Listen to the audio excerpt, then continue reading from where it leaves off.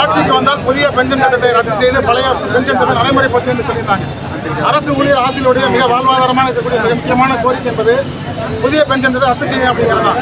ஏன்னு கேட்டோம்னா இன்றைக்கு ஒரு 6,000 லட்சம் பேர் ₹1 கூட வழி இல்லாமல் இன்றைக்கு கடந்த 23 ஆண்டுகளில் 54,000 அரசு ஊழியர் ஆசிரியர்கள் ஓய்வு பெற்றிருக்காங்க. அதில் குறிப்பாக 8,000 பேர் இறந்திருக்காங்க. இன்றைக்கு அனாதைகளுக்கு கூட ஆதரவு கூட இன்றைக்கு 1,200 ரூபாய் இருந்த பென்ஷனை 1,200 மாற்றிட்டாங்க. இன்னும் கூடுதலாக சொல்லப்போனால் காவல்துறையிலே பணியாற்றி ஓய்வு பெற்ற மோப்பநாய்களுக்கு கூட பராமரிப்பு தொகையாக மாதாந்திர பராமரிப்பு தொகையை உயர்த்தி வழங்கிய அரசாங்கம் இன்றைக்கு ஒரு நாயினுடைய பராமரிப்பு தொகை 10,500 ரூபாய். ஆனால் மக்கள் நலப் பணிகளை மேற்கொள்ளக்கூடிய அரசு ஊழியர்கள் ஆசிரியர்கள் ஓய்வுக்கு பின்பாக அல்லது மரணத்துக்கு பின்பாக ₹1 கூட ஓய்வு இல்லாமல் தெருவில் நெருக்கடியாக இருக்கிறதுனால தான் இந்த புதிய பென்ஷனை ரத்து செய்து பலச நடைமுறைப்படுத்தணும்னு கேட்டுக்கிறோம். இன்றைக்கு பல்வேறு மாநிலங்களில் குறிப்பாக ராஜஸ்தான், சத்தீஸ்கர், ஜார்க்கண்ட், ஹிமாச்சல பிரதேசத்தில் புதிய பென்ஷனை ரத்து பண்ணியிருக்காங்க. அங்கே இருக்கிற மாநிலங்கள்லாம் பிஎஃப்ஆர்ஏன்னு சொல்லக்கூடிய ஓய்வூதிய ஒழுங்காற்று மேம்பாட்டு ஆணையத்தில் புரிந்துணர்வு ஒப்பந்தம் போட்டு நிதியை மடைமாற்றம் பண்ணியிருக்காங்க. ஆனால் தமிழ்நாடு அரசாங்கம் அந்த மாதிரி எதுவும் செய்யாமல் தமிழ்நாடு அரசாங்கம் வச்சிருக்கனால தமிழ்நாட்டுடைய முதலமைச்சர் நினைச்சா 1 மணி நேரத்தில் இந்த புதிய பென்ஷனை ரத்து பண்ண முடியும். ஏன்னு கேட்டால் அப்படி ரத்து செய்வதனால அரசாங்கத்துக்கு உபரி நிதியாக 50,000க்கும் மேற்பட்ட 50,000 கோடி ரூபாய்க்கு மேலே உபரி நிதியாக கிடைக்கும். தொடர்ந்து சிபிஎஸ் வலியுறுத்தி வந்துட்டே இருக்கிறோம். இன்றைக்கு கடந்த 5 ஆண்டுகளில் 82 போராட்டம் நம்ம நடத்தியிருக்கோம். தமிழ்நாட்டுடைய முதலமைச்சர் அவர் சொன்ன வாக்குறுதிப்படி புதிய பென்ஷனை ரத்து செய்யணும். இந்த பணியும்போது மரணம் அடைந்தவர்களுக்கு குடும்ப ஓய்வூதியம் வழங்கணும். பணியிலிருந்து ஓய்வு பெற்றவங்களுக்கு பணிப்படை வழங்கணும்னு கேட்டு இன்னைக்கு சென்னையில் பேரணி நடத்திட்டு இருக்கோம். ஒரு கால் அவர் வழங்க மறுப்பாரானால் எங்களுடைய போராட்டமானது அடுத்த மாதம் 1 நாள் அடையாள வேலை நிறுத்தமும் ஜனவரி மாதம் தொடர் காலவரையற்ற வேலை நிறுத்தமும் செய்வோம் என்று தெரிவிச்சுக்கிறேன். தமிழ்நாடு இருக்கக்கூடிய அரசு ஊழியர் ஆசிரியர்களுடைய ஒட்டுமொத்தமாக இணைத்து இந்த போராட்டத்தை நான் மேற்கொண்டு தெரிவிச்சுக்கிறேன். ஹலோ,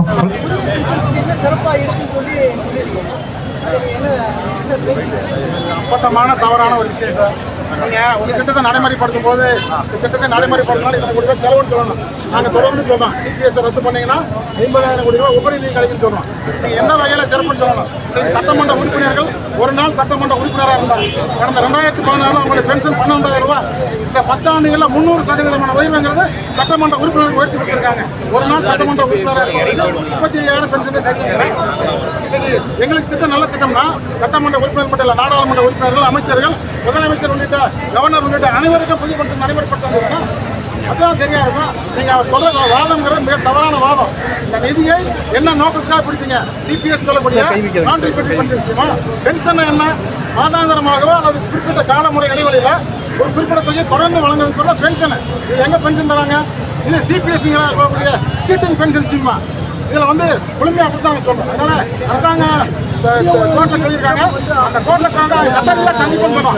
கோர்ட்டில் சொன்ன அதில் பல்வேறு தவறான விஷயங்களை அரசாணைகளின் படி பல்வேறு தவறான விஷயங்களை தமிழ்நாடு அரசாங்கத்துடைய நிதித்துறை சொல்லியிருக்காங்க.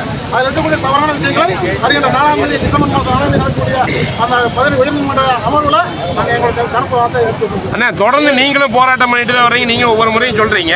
நீங்கள் சொன்ன உடனே நீங்கள் வாட்டி அமைதியாக வந்துடுறீங்களே. 4.5 வருஷமாக நீங்கள் என்ன பண்ணீங்க? ஏன்னா நீங்கள் தொடர்ந்து ஒவ்வொரு முறையுமே எடுத்துகிட்டு அந்த முன்னாடி நிதி அமைச்சர் சொல்லிட்டாரு பழைய ஓய்வு சாத்தியம் இல்லை. நீங்களும் ஒவ்வொரு முறையும் பேச்சுவார்த்தைக்கு போகிறீங்க. உங்களையும் கூப்பிட்டு அவங்க சொல்கிறாங்க. இப்போ உங்கள் ஏன் இந்த நேரத்தில் பண்ணணுங்கிற இல்லை, இது ஒரு கூட்டமைப்பு இல்லை சார். இது நீங்கள் சங்கம் இல்லை. சிபிஎஸ் ஒழிப்புங்கிறது ஒரு மூவ்மெண்ட் தான். நாங்கள் கடந்த 5 ஆண்டுகளாக சிபிஎஸ் ஒழிப்புங்கிற பெயரில் மட்டும் தான் செயல் கொண்டிருக்கிறோம். எங்களோட ஒற்றை கோரிக்கை சிபிஎஸ் ரத்து பண்ணுங்கிறது தான். 30 அம்ச கோரிக்கை 40 அம்ச கோரிக்கை நாங்கள் வச்சு போராடுறோம். கடந்த 5 ஆண்டு காலமாக 82வது போராட்டம். அதனால் நீங்கள் எந்த இடத்துலையும் எந்த சூழ்நிலையிலையும் எங்களோட கோரிக்கை நாங்கள் பின்வாங்கலை. தொடர்ந்து களத்தில் நிற்கிறோம். சிபிஎஸ் ஒழிப்புங்கிறத பல்வேறு சமூக ஊடகங்களை நீங்கள் எடுத்து பாருங்கள். நீங்கள் ஆரம்பத்தில் அஞ்சல் அட்டை அனுப்பியிருக்கேன், மின்னஞ்சல் அனுப்பியிருக்கோம், உண்ணாவிரதம், ஆர்ப்பாட்டம், பேரணி நீங்கள் தொடர்ந்து நடைபெறணும். இல்லை, அப்போ ஏன் அவங்க ஏன் அதை கவனிக்கவே இல்லை? அப்போ நீங்கள் இவ்வளோ தூரம் தொடர்ந்து நீங்களும் போராட்டம் வரீங்க, நாங்களும் தான் பார்த்துட்டு இருக்கோம். பட் அவங்க ஏன் செவி சாய்க்கலன்னு என்னுடைய கேள்வி. இல்லை, நான் என்ன கேட்குறேன், அரசாங்கம் பகிரங்கமாக சொல்லுங்க. எங்களால் புதிய பென்ஷனை ரத்து பண்ண முடியாது, பழசை நடைமுறைப்படுத்த முடியாது, பகிரங்கமாக சொல்லுங்க. ஏன் கமிட்டி போகிறீங்க? இன்னைக்கு ரத்து பண்ண மாநிலம் ராஜஸ்தான், ஹிமாச்சல், சத்தீஸ்கரில் எந்த குழு போட்டு ரத்து பண்ணாங்க?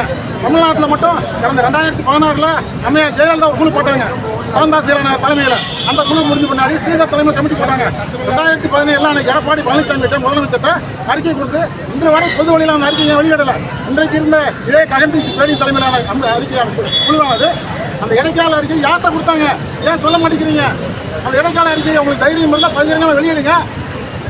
உங்க அடுத்த கட்ட நடவடிக்கை என்னன்னா சார் ஒரு நாள் அடுத்த மாதம் டிசம்பர் மாதம் ஒரு நாள் அடையாள வேலை இருக்குது சார். ஜனவரியிலிருந்து காலவரத்தை வேலையை நடத்துவோம் சார். சட்டமன்ற தேர்தலில் இது வந்து கண்டிப்பாக எதிரொலிக்கும் சார். நாங்கள் ஒவ்வொரு முறையும் சொல்கிறோம். ஏன்னா ஒவ்வொரு முறையும் செல்கின்ற இடங்களெல்லாம் தமிழ்நாட்டோட முதலமைச்சர் இந்த ஆட்சி உங்களால் கொண்டு வரப்பட்ட ஆட்சி, நாங்கள் வந்து அரசு ஆசிரியர் கடமைப்பட்டவர்கள், எங்கள் அப்பா அதை செஞ்சிருக்காரு, நான் அதை செய்வேன்னு சொல்லி ஒவ்வொரு இடத்துலையும் சொல்லிட்டு இருக்காரு. ஆனால் எங்களுக்கு இன்னைக்கு 54,000 பேர் நிர்கதியாக தெருவில் நின்றுட்டு இருக்காங்க. 8,000 குடும்பங்கள் இன்னைக்கு பிச்சை எடுத்துக்கிட்டு இருக்காங்க. அதுக்கு காரணம் இந்த புதிய பென்ஷன் திட்டம். அதனால இந்த பென்ஷன் திட்டத்தை தமிழ்நாட்டோட முதலமைச்சர் அவர் சொன்ன தேர்தல் கால வாக்குறுதிப்படி ரத்து பண்ணணும்னு கேட்டுக்கேன். போராட்டம் தொடரும். டி. ஃபிரெடரிக் எங்கல்ஸ் மாநில தலைமை ஒருங்கிணைப்பாளர்.